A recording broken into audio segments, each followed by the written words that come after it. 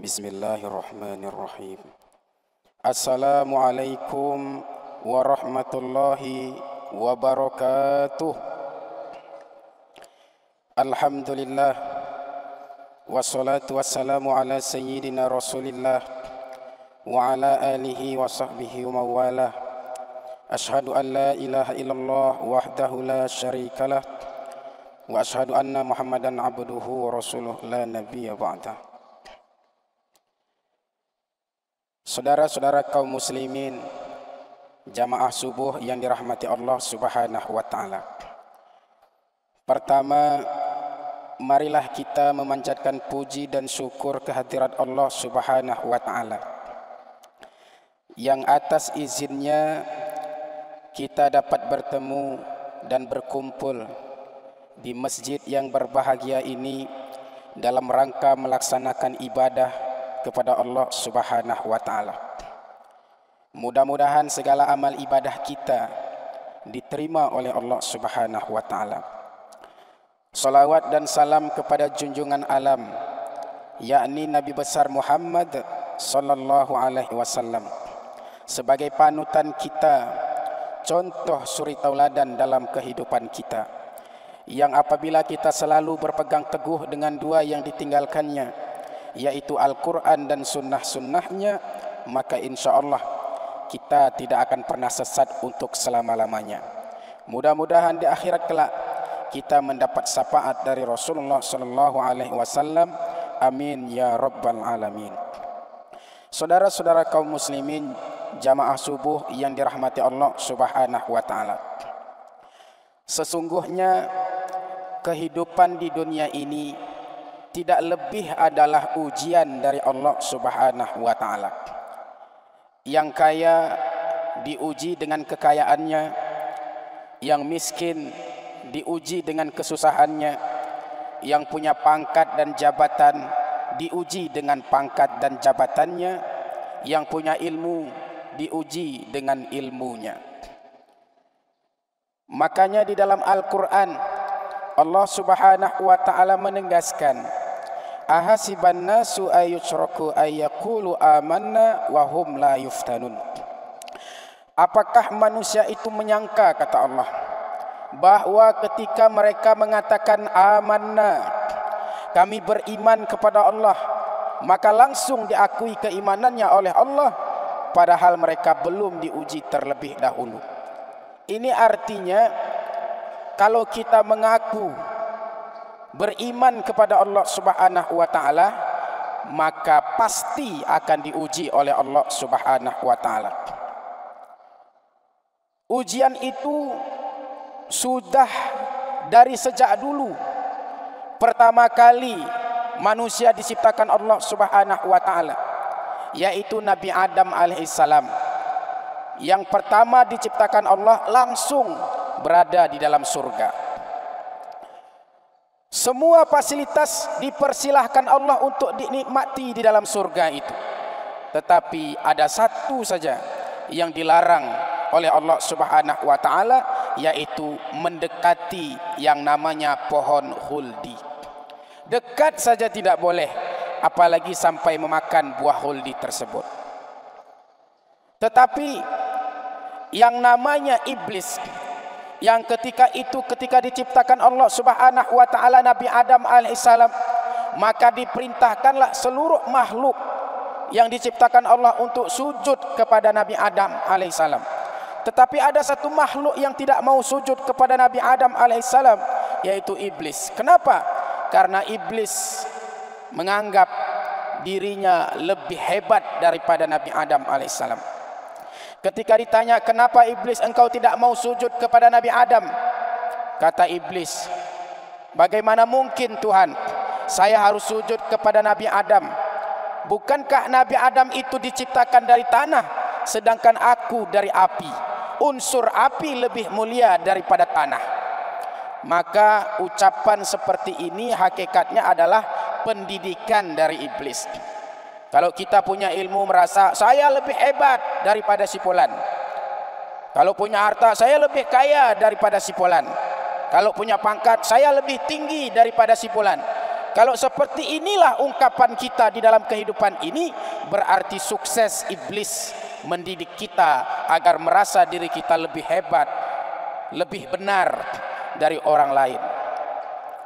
Maka ketika itu dikutuklah iblis ini oleh Allah Subhanahu wa taala menjadi makhluk yang terkutuk, yang kelak akan menjadi penghuni neraka yang kekal abadi selama-lamanya. Tetapi iblis meminta kepada Allah agar diberikan umur panjang sampai hari kiamat untuk menggoda Adam dan seluruh anak keturunannya. Maka pada waktu itu digodalah Nabi Adam alaihissalam. Alhamdulillah, Nabi Adam keimanannya sangat luar biasa mantap kepada Allah Subhanahu wa taala. Tetapi begitu istrinya Siti Hawa yang digoda, ternyata Siti Hawa ini terbujuk dengan rayuan iblis, karena memang perempuan lebih mengutamakan perasaannya daripada pikirannya.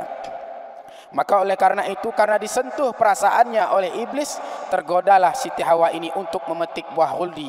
Lalu dia memakan buah huldi tersebut. Setelah dia makan, baru dia lapor kepada suaminya, "Wahai suamiku, aku sudah memetik buah huldi dan telah aku makan buah huldi tersebut. Bukankah itu sudah dilarang oleh Allah? Kenapa engkau makan?" "Apapun yang engkau bilang, wahai suamiku, buah huldi tersebut telah aku makan. Jika engkau ingin berpisah denganku, maka jangan engkau memetik buah huldi."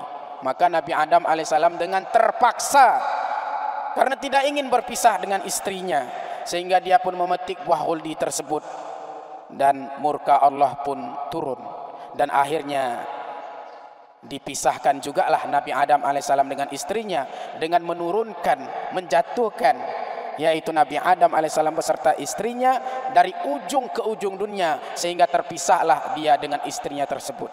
Berdoa Nabi Adam alaihissalam, "Rabbana zalamna anfusana wa illam taghfir lana wa tarhamna lanakunanna minal khasirin." Ya Allah, sesungguhnya kami telah zalim kepada diri kami sendiri. Jika engkau tidak mengampunkan dosa dan kesalahan kami, pastilah kami orang yang termasuk orang yang rugi. Ratusan tahun Nabi Adam alaihissalam berdoa kepada Allah, namun belum dikabulkan, belum diampunkan oleh Allah. Sampai pada akhirnya diutuslah malaikat Jibril untuk menjumpai Nabi Adam, bahwa berdoa tidak cukup dengan seperti itu. Lalu bagaimana caranya? Ditambah dengan bersolawat kepada Nabi Muhammad sallallahu alaihi wasallam. Nabi Muhammad waktu itu belum lahir, tetapi namanya sudah ada dan berdampingan dengan nama Allah Subhanahu wa taala.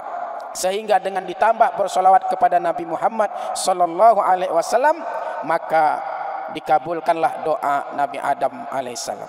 Dan akhirnya dipertemukan kembali dengan istrinya Siti Hawa, dan mereka pun berjuang untuk mendapatkan ampunan dan kembali ke surganya Allah Subhanahu wa taala. Maka dari sejarah singkat ini, hakikatnya dunia ini adalah hukuman untuk kita. Tapi kita kadang-kadang menganggap dunia ini adalah tujuan hidup, menganggap bahwa dunia inilah segalanya, menganggap seolah-olah dunia inilah untuk kekal selamanya, seolah-olah kita tidak akan kembali lagi kepada Allah Subhanahu wa taala. Sehingga berlarut-larutlah kita dengan dunia ini, berlomba-lomba kita mengejar dunia ini. Yang paling sadisnya adalah menghalalkan segala cara. Perlu sikut kiri kanan, sikut kiri kanan. Perlu injak yang bawah, injak yang bawah.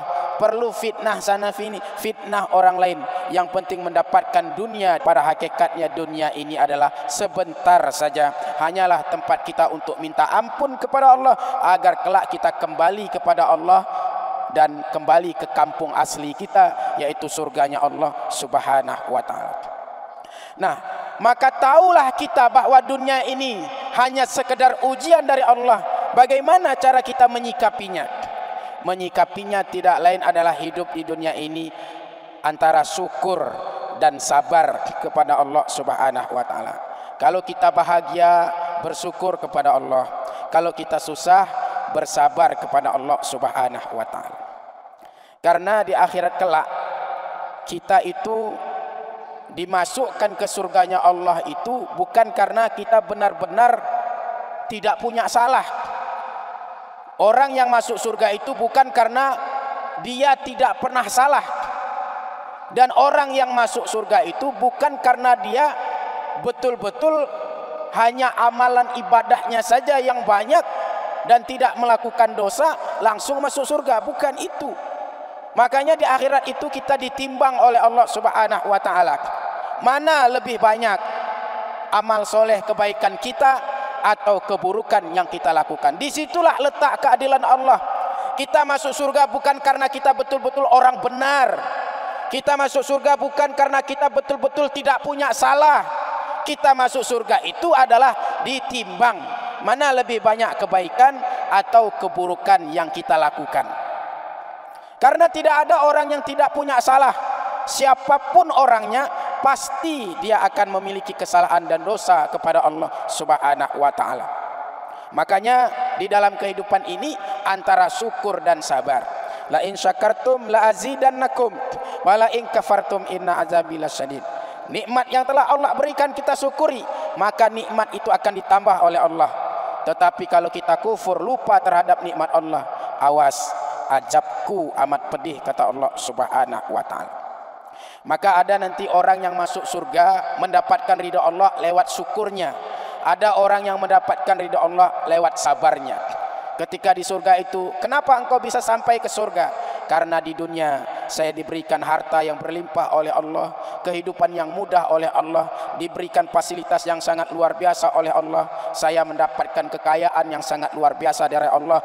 Tapi saya mampu bersyukur kepada Allah Subhanahu wa taala. Saya santuni anak yatim piatu, saya bantu pembangunan masjid, saya berikan bantuan kepada orang lain. Saya jalankan sesuai dengan yang diridhoi oleh Allah. Akhirnya dengan ridha Allah itulah saya masuk ke dalam surga. Sebaliknya ada juga orang, kenapa sampai ke surga? Karena di dunia hidup saya serba sulit, ekonomi saya sulit, kehidupannya serba susah. Tetapi walaupun sulit, walaupun susah, hidup di bawah garis kemiskinan, saya tetap bersabar kepada Allah Subhanahu wa taala. Walaupun saya susah, saya tetap mencari rezeki yang dihalalkan oleh Allah. Walaupun saya susah, ibadah saya tetap istiqomah kepada Allah. Walaupun saya susah, suara saya tidak bisa dibeli oleh oknum-oknum yang ingin membeli suara saya, terlebih untuk pemilu ini. Saya tetap istiqomah mencari yang halal dan meninggalkan yang haram, dan ibadah saya tetap istiqomah kepada Allah walaupun saya susah, dan akhirnya sampailah saya mendapatkan ridha Allah, dan dengan ridha Allah itulah kelak kita akan dimasukkan ke dalam surganya Allah Subhanahu wa taala. Jamaah subuh yang dirahmati Allah Subhanahu wa taala, maka marilah kita, apapun profesi kita, bagaimanapun kehidupan kita, maka ketika senang bersyukur kepada Allah, ketika susah bersabar kepada Allah, karena ridha Allah terletak pada kedua itu. Antara syukur dan sabar, keduanya itu akan diridhoi oleh Allah Subhanahu wa taala. Maka mari kita semua tetap istiqomah menjadi hamba Allah Subhanahu wa taala. Susah dan senang tetap menjadi hamba Allah Subhanahu wa taala. Mudah-mudahan Allah meridhoi kita, dan dengan ridha Allah itulah kelak kita akan dimasukkan ke dalam surganya Allah Subhanahu wa taala. Mudah-mudahan ada manfaatnya. Terima kasih atas segala perhatian. Mohon maaf atas segala kekurangan. Billahi taufik wal hidayah wa ridha wal inayah. Wassalamualaikum warahmatullahi wabarakatuh.